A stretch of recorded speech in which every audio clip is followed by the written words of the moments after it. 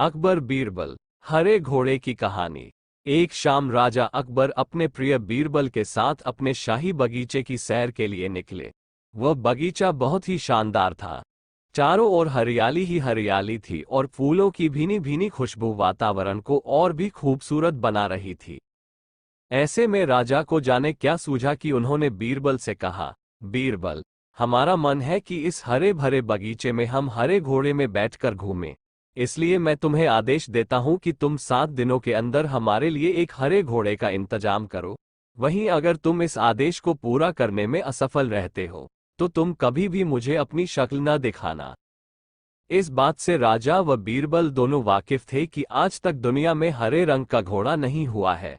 फिर भी राजा चाहते थे कि बीरबल किसी बात में अपनी हार स्वीकार करे। इसी कारण उन्होंने बीरबल को ऐसा आदेश दिया।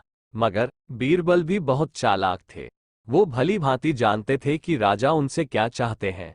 इसलिए वो भी घोड़ा ढूंढने का बहाना बनाकर 7 दिनों तक इधर उधर घूमते रहे। 8वें दिन बीरबल दरबार में राजा के सामने पहुंचे और बोले, महाराज, आपकी आज्ञा के अनुसार मैंने आपके लिए हरे घोड़े का इंतजाम कर लिया है, मगर उसके मालिक की 2 शर्तें हैं। राजा ने उत्सुकता से दोनों शर्तों के बारे में पूछा। तब बीरबल ने जवाब दिया, पहली शर्त यह है कि उस हरे घोड़े को लाने के लिए आपको स्वयं जाना होगा। राजा इस शर्त के लिए तैयार हो गए। फिर उन्होंने दूसरी शर्त के बारे में पूछा। तब बीरबल ने कहा, घोड़े के मालिक की दूसरी शर्त यह है कि आपको घोड़ा लेने जाने के लिए सप्ताह के 7 दिन के अलावा कोई और दिन चुनना होगा। ये सुन राजा हैरानी से बीरबल की ओर देखने लगे। तब बीरबल ने बड़ी सहजता से जवाब दिया, महाराज, घोड़े का मालिक कहता है कि हरे रंग के खास घोड़े को लाने के लिए उसकी यह खास शर्तें तो माननी ही होंगी।